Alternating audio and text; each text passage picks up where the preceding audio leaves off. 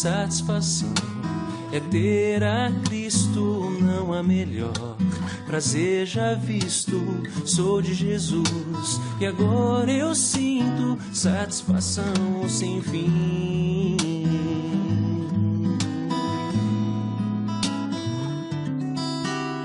Satisfação é nova vida, eu com Jesus em alegria, sempre cantando a melodia, satisfação sem fim.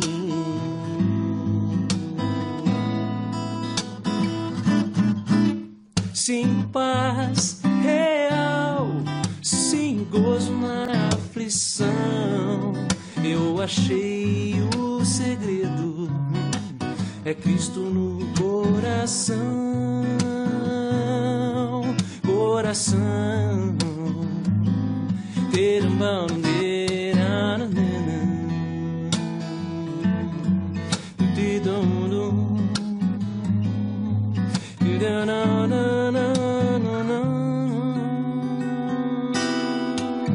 satisfação é não ter medo, pois meu Jesus virá bem cedo, logo em glória eu hei de vê-lo, satisfação sem fim.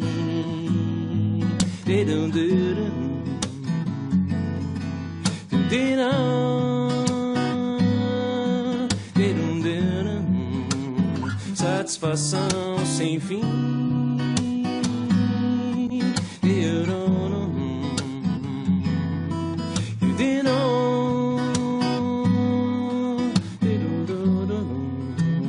Satisfação sem fim.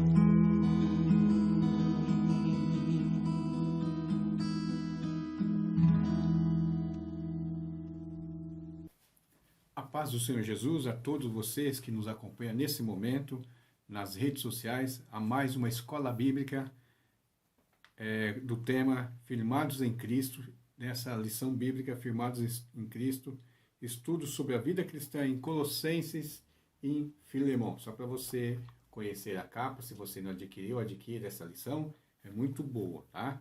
Nós estamos dando início à segunda lição dessa série de lições. Semana passada nós estudamos sobre o poder do Evangelho, estudamos sobre o poder do Evangelho, e estaremos dando início agora na lição expectativas para a jornada. Expectativas para a jornada, a lição de número 2. Vamos pedir a bênção de Deus, porque sem Ele nós não iremos aprender nada, sem a ajuda do Espírito Santo não teremos o esclarecimento necessário para compreender as coisas dEle. E nem teremos nosso coração abençoado, nosso coração elevado às coisas de Deus. Senhor Deus e Pai, grandioso Senhor, Deus e Salvador, em nome de Jesus, na unção do Espírito Santo, na força do Espírito Santo que Jesus mandou, que iria nos fazer lembrar das suas palavras, iria nos ensinar, iria nos conduzir em toda a verdade. Agora nós vamos estudar essa lição, desse assunto, Senhor, sobre as expectativas para a jornada cristã, que nós possamos ter a ajuda do Espírito Santo, que nos dê o conhecimento, nos dê a direção, nos dê o alvo para nós prosseguirmos e a força necessária para nós conseguirmos chegar com a ajuda dEle, no poder dEle, em nome de Jesus. Amém. Amém. Vamos então à lição Expectativas para a jornada, lição de número 2. O objetivo dessa lição é explicitar aos estudantes da Bíblia Sagrada quais são as expectativas de Deus para a jornada cristã. O que Deus espera de nós que somos convertidos, o que Deus espera de nós nessa caminhada, nessa jornada. Essa lição ainda no livro de Colossenses. O texto base para dar início à lição aqui ao estudo é Colossenses capítulo 1, verso 9. Colossenses capítulo 1, verso 9. Paulo fala assim: por esta razão, também nós, desde o dia em que ouvimos,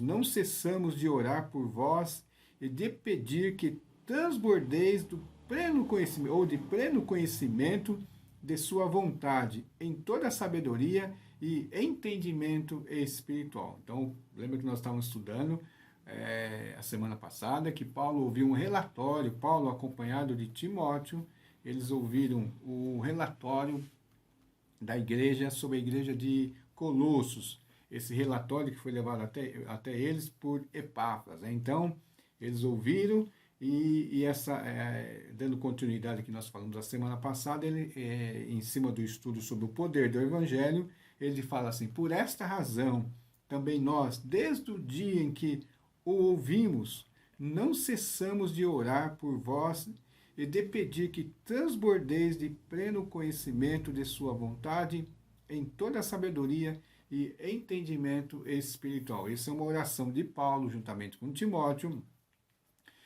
intercedendo a Deus para os irmãos de Colossos, né? Então, fazendo um paralelo conosco aqui, lembra que é expectativas para a jornada. O que acontece depois que nós nos convertemos, né? Nós nos chegamos a Cristo. Você se converteu, você aceitou a Jesus, você levantou a sua mão, você colocou em seu coração o desejo de seguir, ou a firme resolução de seguir, de mudar de vida. Quais são os próximos passos, né? O que se espera de um cristão, de uma pessoa que se diz convertida, né? Então, nesse estudo, né, nós vamos ver que que expectativa Paulo tinha em relação a esses cristãos recém-convertidos de Colosso. Ele tinha algumas expectativas, eles esperavam, né, apesar de todo aquele relatório, além daquele relatório, ele sabia que não poderiam aqueles cristãos ficar só naquele relatório que Epáfras falou. Ainda mais que nós vamos ver no decorrer dos estudos algumas dificuldades ou alguns inimigos ocultos, ou alguns inimigos ocultos ou não, que estavam tentando trazer alguma infiltração perigosa para aquela igreja de Colosso, né? Então, Paulo, ele vai usar algumas metáforas aqui da agricultura, de jornada, para tentar manter os irmãos em crescimento ou incentivá-los a crescer na fé e no conhecimento, né? Então, nessa metáfora, ele vai fazendo uma comparação, os irmãos como uma planta sadia, falando que eles precisam crescer, eles precisam desenvolver, né? Eles precisam ir além do que eles estão, eles não poderiam ficar estagnados, né? Então, ele uma oração e é um ensinamento contra a estagnação, é um desejo de Paulo para que ir além do que eles tinham, né? Então, ele não conhecia esses irmãos, e ele e Timóteo, quando for escrever, eles passaram a orar. Por isso que ele fala, por esta razão. Que razão? Né? Por esta razão. Que razão? Eles falam assim, que vocês aprenderam de Epáfras, nosso amado conservo, em relação a vocês, fiel ministro de Cristo, o qual também nos contou do amor que vocês têm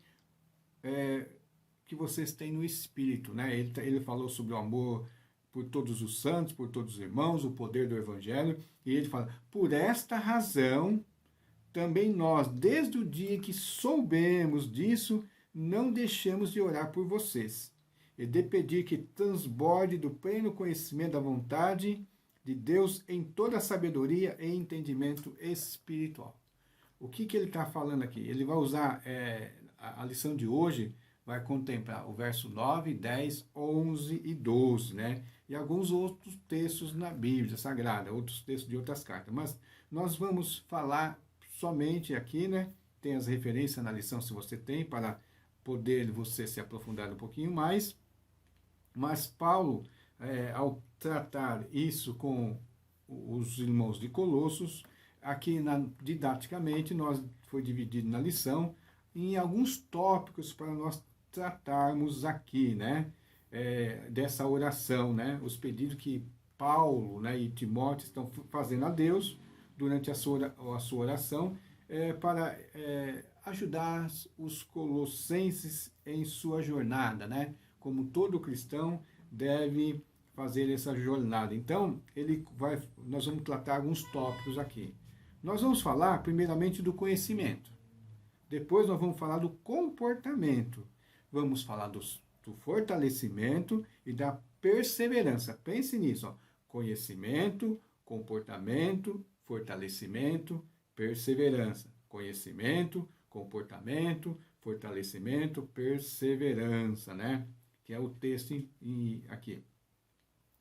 Que Paulo começa assim a sua oração, né? Por essa razão, desde o dia em que soubemos disso, não deixemos de orar por vocês. E qual que era o foco da oração? Seria esses 4 tópicos que eu falei aqui. Qual que seria podemos assim, o texto, né? O escopo, né? Qual que seria o organograma, assim, podemos falar assim, dessa oração? O que ele está falando sobre oração? Ele fala assim, ele começa a orar, para que vocês transbordem de pleno conhecimento de sua vontade. Transbordeis do pleno conhecimento da sua vontade, em toda sabedoria e entendimento espiritual. Ele não está pedindo para que eles, né, tenham um pouco de conhecimento. Eles querem que ele transborde. Eles não querem que eles se encham do conhecimento, eles querem que eles transbordem em todo o pleno conhecimento, né, da vontade, com sabedoria e entendimento espiritual. Não é apenas saber, eles deveriam ter um conhecimento espiritual. Então, os colossenses não deveriam ficar estagnados, não deveriam parar. Quando nós lemos o relatório aqui, o que Paulo fala, parece que eles estão muito mais avançados que nós. E fala, Paulo está exigindo isso deles, e eu? Se Paulo está exigindo dele que só isso não é suficiente, eles têm que se transbordar, e nós? Então, o que ele está falando assim? Não fiquem estagnados, né? Uma vez que vocês se converteram a Cristo, precisam conhecer mais e mais, né? Precisam conhecer mais e mais o que agrada a Deus, né? Então, na questão desse conhecimento, né? Ele usa assim, que esse conhecimento deve ser robusto, né? Ele fala assim, por isso que ele fala transbordar em pleno conhecimento, né? Uma experiência profunda, né? Profunda e abundante. Profunda e abundante. Então, ela tem que ser robusta. O conhecimento das coisas de Deus na vida cristã tem que ser robusta. Hoje, nós vivemos numa época da superficialidade. E o cristão, né, para ele crescer, para ele vencer as heresias, vencer as tentações, vencer tudo aquilo que tentam afastar ele do caminho de Deus ou venha trazer dificuldade, ele tem um conhecimento robusto. Infelizmente, muitos cristãos hoje, eles estão o quê? Eles estão abrindo mão desta robustez da palavra de Deus, desse pleno conhecimento, dessa substância, né? Dessa coisa que realmente alimenta. Hoje as pessoas vêm buscar um alimento sadio, um alimento saudável, um alimento da palavra que fortifique realmente. Eles buscam um conhecimento que parece mais uma coisa bonitinha, mais um algodão doce que você põe na boca e ele... Certo? Então, na carta, Paulo vai repetir várias vezes na questão do pleno conhecimento, várias vezes, no verso 19, no verso 24, 25, ele vai estar falando desse pleno conhecimento, desse conhecimento robusto, né? Porque ele fala aqui no verso 19, porque Deus achou por bem que nele residisse toda a plenitude, né? Toda a grandeza, toda a força do conhecimento. E ele continua, no verso 24 e 25, vai falar sobre essa questão da robustez, né? Agora me alegro no seu sofrimento, porque por vocês, e preencho o que resta das aflições de Cristo na minha carne, a favor do corpo, que é a igreja, o qual me tornei ministro de acordo com a dispensação da parte de Deus, que me foi confiada em favor de vocês, para dar pleno conhecimento à palavra de Deus. Então, esse conhecimento, primeiramente, ele tem que ser robusto, ele tem que ser pleno, ele tem que ser profundo, tem que ser abundante, né? Por que Paulo fala isso? Porque a igreja ali, nós vamos ver mais à frente no estudo, nas lições que seguem, né? Sobre as heresias que estavam tentando infiltrar ali, que estavam tentando causar confusão, desviar alguns da fé. Então, para enfrentar essas falsas doutrinas, e preservar a sã doutrina, eles precisam ter o pleno conhecimento divino, né? E Paulo fala isso. E em segundo lugar, Paulo qualifica esse conhecimento, né? Que seja repleto de sabedoria e entendimento, como algo espiritual, né? Não era algo apenas mundano, apenas intelectual, apenas que está na mente e não no coração.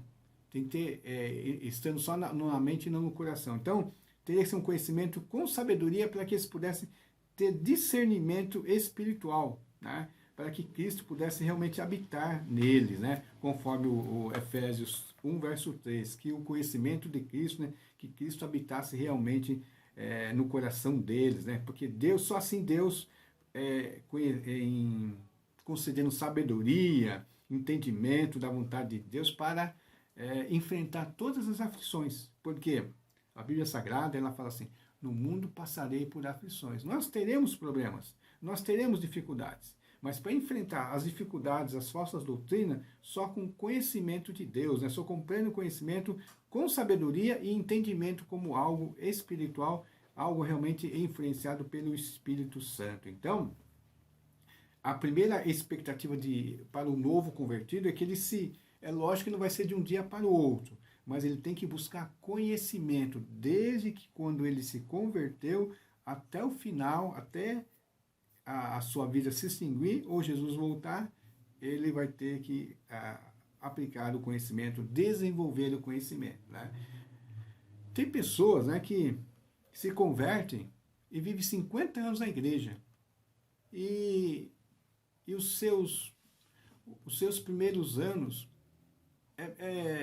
que ele viveu na fé cristã, quando ele chega aos 50 anos depois, parece que é a mesma pessoa em profundidade de conhecimento de Deus. Ele parou, ficou satisfeito, procurou não conhecer, tá certo? Mas isso não deve ser o cristão. Por quê? Porque depois do conhecimento, da oração do conhecimento, a próxima expectativa de Paulo é sobre o comportamento. E o comportamento, ele é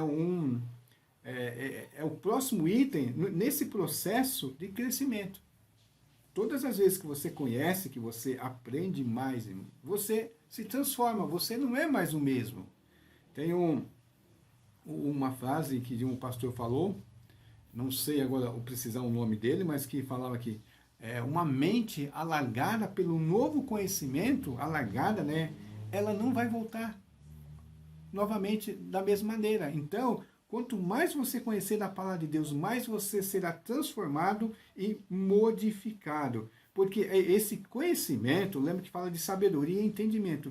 Esse conhecimento não é para o simples fato de você conhecer. Quando ele fala assim, por essa razão, né, desde o dia em que soubemos disso, não deixamos de orar por vocês e de pedir que transborde do pleno conhecimento da vontade de Deus em toda sabedoria e entendimento. Isso é o verso 9.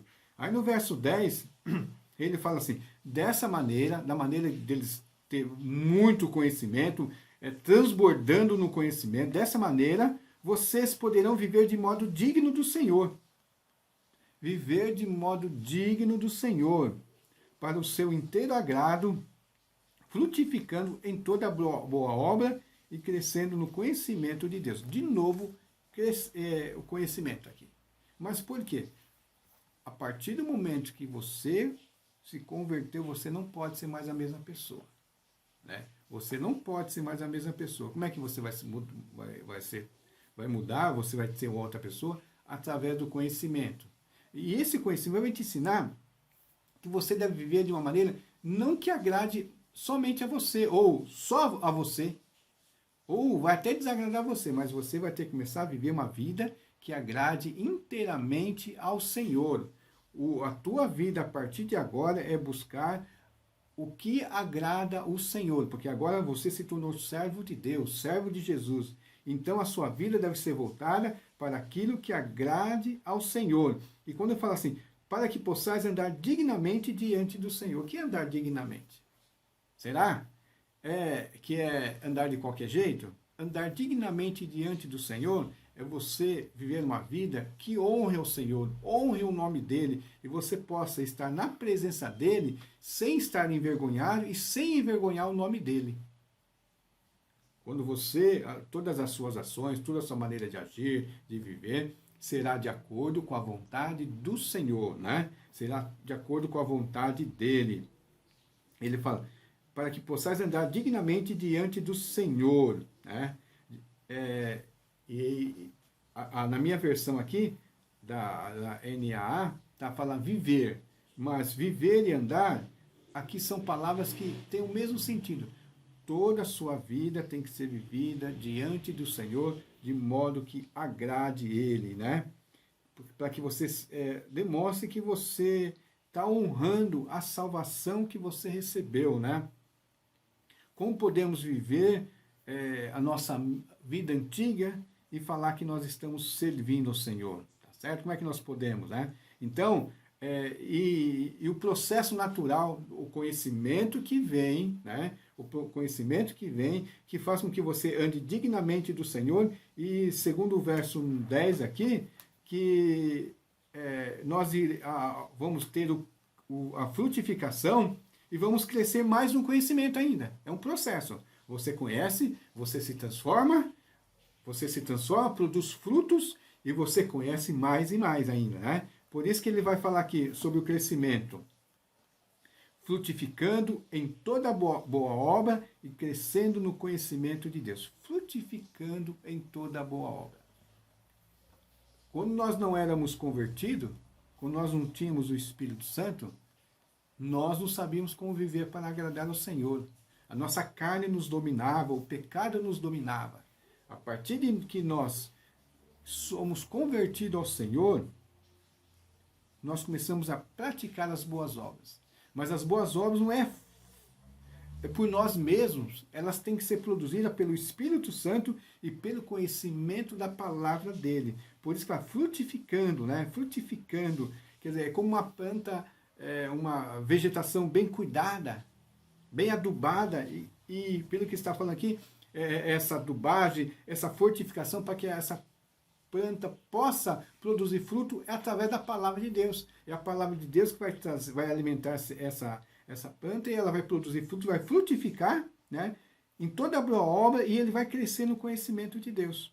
Então, como uma planta saudável cresce e dá frutos, também cristãos saudáveis crescem no conhecimento de Deus e produzem boas obras, né? Às vezes nós falamos que somos cristãos, mas nós não vemos crescimento. Nós não vemos crescimento, nós não frutificamos em boas obras.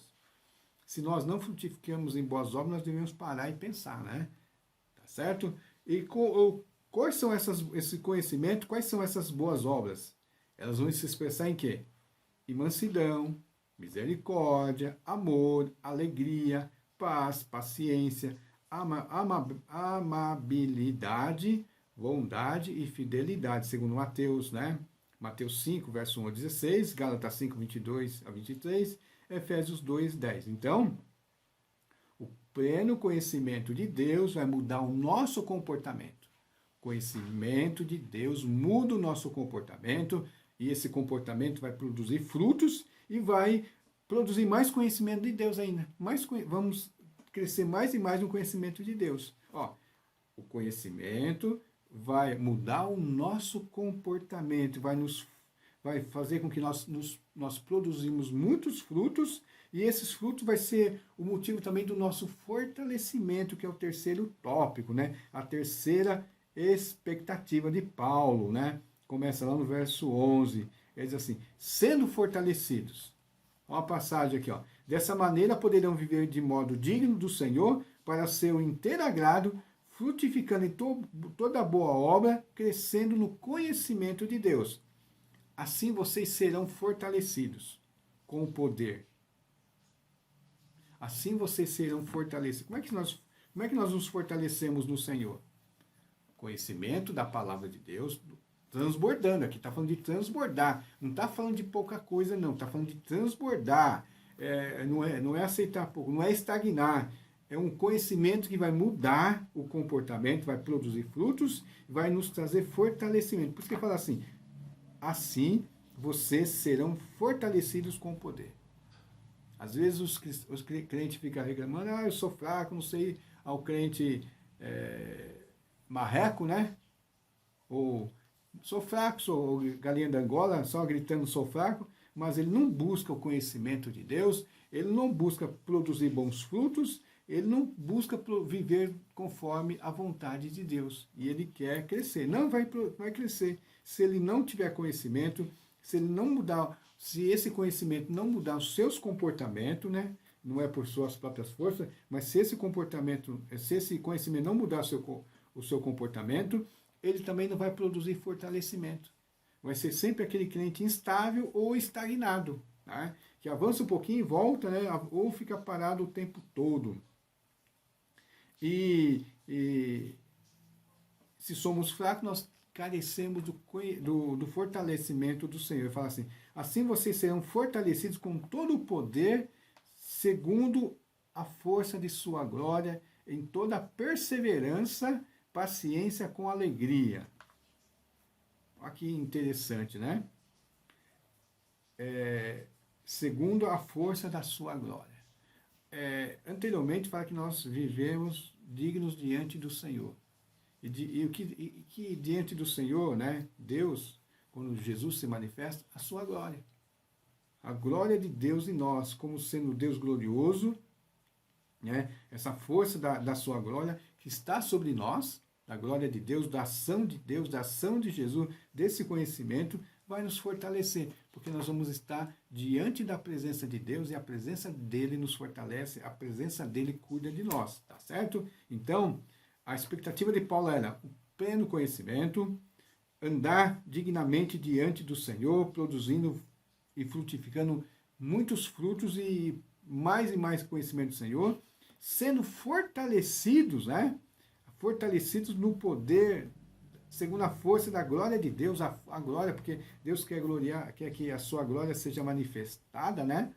Então, nessa nova aliança que ele fez conosco, que ele enviou o seu Espírito, né? A presença espiritual, a presença do Espírito Santo em nossa vida, que nos fortalece, que nos prepara para o combate, nos dá entendimento, que quando nós estamos esgotados, chega e na oração, na leitura da palavra de Deus, nos dá direção, tá certo? E faz com que nós tenhamos força no Senhor. E por nós termos força, nós vamos o quê? Nós vamos perseverar. É como se fosse uma coisa levando a outra, né?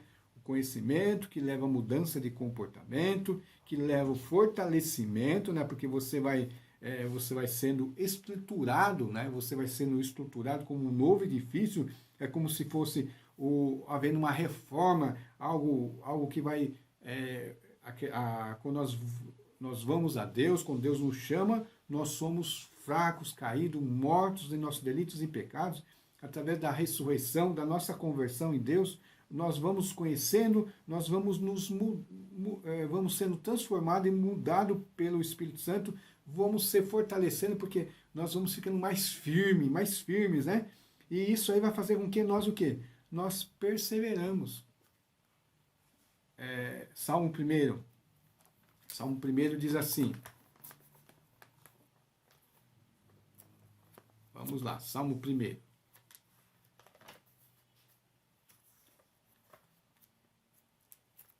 Eu vou ler para que cite corretamente o texto. O salmista diz assim: bem-aventurado aquele que não anda no conselho dos ímpios. Bem-aventurado aquele que não anda no conselho dos ímpios. Não se detém no caminho dos pecadores, nem se assenta na roda dos escarnecedores. Pelo contrário, o seu prazer está na lei do Senhor e na sua lei medita de dia e de noite. Né? Aí fala que ele é como uma árvore plantada junto à corrente de águas, que no devido tempo dá o seu fruto e cujas folhagens não murcha, e tudo quanto ele faz será bem sucedido. Ele permanece, ele é perene, né? A firmeza dele, ele tem perseverança. Mas fala que os ímpios não são assim. são, porém, como a palha que o vento dispersa. Por isso, os ímpios não prevalecerão no juízo, nem os pecadores na congregação dos justos. Pois o Senhor conhece o caminho do justo, mas o caminho dos ímpios perecerá. Então, a perseverança, né, a permanência, permanência daquilo que é perene, é só para aqueles que têm o conhecimento, mudança de comportamento e fortalecimento. Não mais o conhecimento do mundo, não mais das coisas do mundo, mas o conhecimento de Deus, mudança de comportamento, nova criatura, viver a vida, andar na vida que o Senhor ganhou para nós, que é a melhor vida, né? A melhor vida, muitas vezes as pessoas colocam, falavam que se a nossa vida, do nosso viver hoje em Cristo seria apenas uma vida de sofrimento. Vai ter sofrimento, nós vamos ver agora aqui, apesar na perseverança, nós vamos ver a vida de sofrimento, né? Mas é uma vida substancial, uma vida substância, é uma vida que expressa, né, que é profunda, é robusta, uma vida realmente vida, aquela que Jesus falou, né? Muitas vezes nós entendemos que Jesus falou, eu vim para que tenham vida e vida em abundância, apenas lá naquele momento. Não, a vida já é agora, tem que ser uma vida robusta, né? Porque ela vai perseverar, e nós vamos querer perseverar nessa vida, porque as coisas que parecem, né, as tentações, as coisas que parecem agradáveis, não são apenas com efeitos, né? São apenas papel pintado, coisas bonitas que logo vão se acabará. Então, nós devemos buscar a perseverança, é o que ele fala no verso 11. Assim vocês serão fortalecidos com todo o poder segundo a sua glória, em toda perseverança e paciência com alegria, né? Não vai ser uma perseverança, né? Não vamos falar de uma perseverança que eu vou continuar, mas eu estou sofrendo. É uma perseverança com alegria. Para chegarmos ao fim da jornada cristã, Deus nos ajuda no percurso, né? Nos fortalecendo. Por causa disso que Paulo vai falar, né? Que o Paulo fala que o percurso da vida cristã será marcado primeiro pela perseverança. A vida desses cristãos, eles serão marcados pela perseverança, que eles vão permanecer da mesma maneira que o Salmo 1 fala, né? Vão fortalecer no poder, vão perseverar durante toda a caminhada, eles não voltarão atrás. Então essa é uma qualidade importante, que é fruto do fortalecimento, a perseverança. É o fruto também do comportamento, né? Do novo comportamento. Quando nós éramos covardes, fracos e fugimos, agora nós permaneceremos firmes, né? Não temeremos, porque Deus está do nosso lado nessa maratona, né? Nessa maratona. Então Paulo, e continuando aí, ele vai falar que esse percurso da jornada cristã é marcado pela alegria. Por isso que ele fala assim, com paciência e perseverança e paciência com alegria. Então será apesar das dificuldades, nós estaremos marcados por alegria e iremos ainda, sabe fazer o quê? Dar graças a Deus, dando graças ao Pai que nos capacitou a participar dessa herança, entendeu? Perseverança com alegria e ações de graça, agradecendo a Deus, né, pelo que Ele fez por nós, porque Ele nos capacitou. O interessante, irmãos, é nós sabermos, muitas vezes as pessoas pregam para nós, e como se nós tivéssemos que fazer essa jornada sozinho, sem nenhuma ajuda de Deus. Deus Ele nos salvou, nos levou para o reino dele e nos capacitam, né? Nos capacita a participar. O que é capacitação? Nos dá condições de lutar, de vencer na força que ele deu e estar nessa herança, né? Uma herança celestial. Lembra que eu falei da vida e vida em abundância? A vida que nós temos aqui, a vida que nós vamos estar lá, a vida dos santos na luz, tá certo? Deus vai sempre nos ajudar, que Deus nos fez idôneo, nos capacitou para essa vida, para essa herança, né? Nós teremos o direito de desfrutar dessa vida. Nós temos que ficar alegres e gratos quando recebemos algo de Deus, quando recebemos e dar graça a Deus, porque Ele nos capacitou. Se nós perseveramos, é fruto do trabalho de Deus em nossa vida. Mas como é que Deus trabalha em nossa vida, irmãos? Através da palavra dEle. A palavra dEle, do Espírito Santo mudando nosso comportamento, do Espírito Santo nos fortalecendo, do Espírito Santo no poder de Deus nos fortalecendo e fazendo com que nós perseveramos, né? Tá certo? Vamos aqui, ó, para a nossa vida hoje. A expectativa de Deus para a nossa jornada, que Deus espera que nós, é que nós crescemos no conhecimento e em boas obras. O que ele está falando aqui? O que o autor da lição está querendo aqui? Segundo Colossenses. Uns falam conhecimento, outros boas obras. Os dois.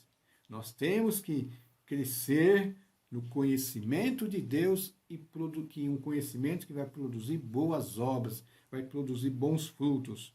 O conhecimento que não produz frutos é um conhecimento inútil. É um conhecimento inútil. E as obras que não surgem do conhecimento de Deus, do pleno conhecimento de Deus, são obras inúteis também. Obras que não glorificam a Deus, obras que não nos tornam dignos nem idôneos para participar diante de Deus, tá certo? A expectativa de Deus é que nós nos transbordamos do conhecimento em boas obras e produzimos boas obras. Os dois têm que estar juntos, né? E a expectativa de Deus em nossa jornada é que nós mantenhamos a perseverança e a alegria. Né? Muitas vezes as pessoas querem a alegria. Se não tiver alegria, ele não vai ter. Se não tiver aquela felicidade, aquele mundo da fantasia, das tentações, ele, se não for conforme o sistema mundano, ele não persevera. Mas ele deve perseverar. E apesar das dificuldades, essa perseverança tem que estar também uma perseverança cheio de alegria, na alegria do Senhor. Então, o que o estudo de hoje nos mostrou sobre o que é a vida cristã? Como é que ela deve ser marcada? Né? Pelo crescimento, pelo progresso, pelo crescimento, e não pela estagnação. O que é estagnação? Parado ali, sem nada, né? Me converti há muito tempo e hoje sou a mesma pessoa, infrutífera, imatura, sem nenhum crescimento. Nós não devemos ser assim, nós devemos avançar. Se nós estivermos estagnados, é o desafio hoje, se estiver estagnado, busque o fortalecimento de Deus e disponha-se a conhecer mais e produzir boas obras e a persistir no caminho do Senhor, que é o caminho da vida, é o caminho maravilhoso, é o caminho que é o melhor que nós devemos viver. Não existe melhor caminho, não existe coisa melhor. O que existe fora disso é fantasia, é ilusão, é o caminho da perdição. Vamos agradecer a Deus, né? Não vamos pedir agora, vamos agradecer a Deus pelas Escrituras Sagradas, pela revelação dEle, pela salvação dEle, por nós termos a oportunidade de estar estudando essa lição, esse livro agora, e que nós possamos aproveitar, porque Deus vai cobrar de nós se nós não procurarmos o crescimento. Depois nós não podemos falar, se eu soubesse. Está na tua mão agora. Deus está colocando em tua frente, em tua mão, a condição para que você adquire mais e mais conhecimento do Senhor, das Escrituras Sagradas, da salvação, do modo que você deve viver, para que você mude a tua vida e mude a tua vida para melhor, um comportamento melhor, comportamento saudável, e que você vai estar fortalecido e vai estar ainda perseverante no Senhor. Obrigado, meu Deus, por esses momentos que nós passamos aqui estudando a tua santa palavra. Obrigado por tudo, meu Senhor. Obrigado, meu Deus, obrigado pela ajuda do Espírito Santo. Obrigado, Senhor, pelo fortalecimento, Senhor. Obrigado pela perseverança. Obrigado pelos frutos, que não é por minha causa, Senhor, mas é a ação profunda do teu Espírito Santo, da tua palavra em minha vida, meu Pai. No nome de Jesus, eu peço isso, Senhor, meu Deus. Em nome de Jesus. Amém, amém, amém. Assim, chegamos ao final dessa lição. Espero você na próxima semana para mais uma lição, e nós vamos continuar aqui estudando os versos posteriores ainda no capítulo 1 de Colossenses, e nós vamos falar sobre a supremacia de Cristo, né? Vai ser um assunto muito importante para nós entendermos a obra que Cristo realizou em nossa vida, e não só em nossa vida, realizou em todo o universo, na redenção, tá certo? Eu espero você lá. Amém. Amém.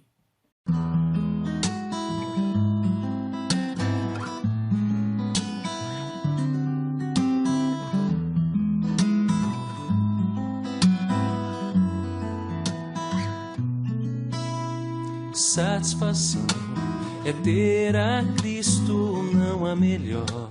Prazer já visto, sou de Jesus, e agora eu sinto satisfação sem fim.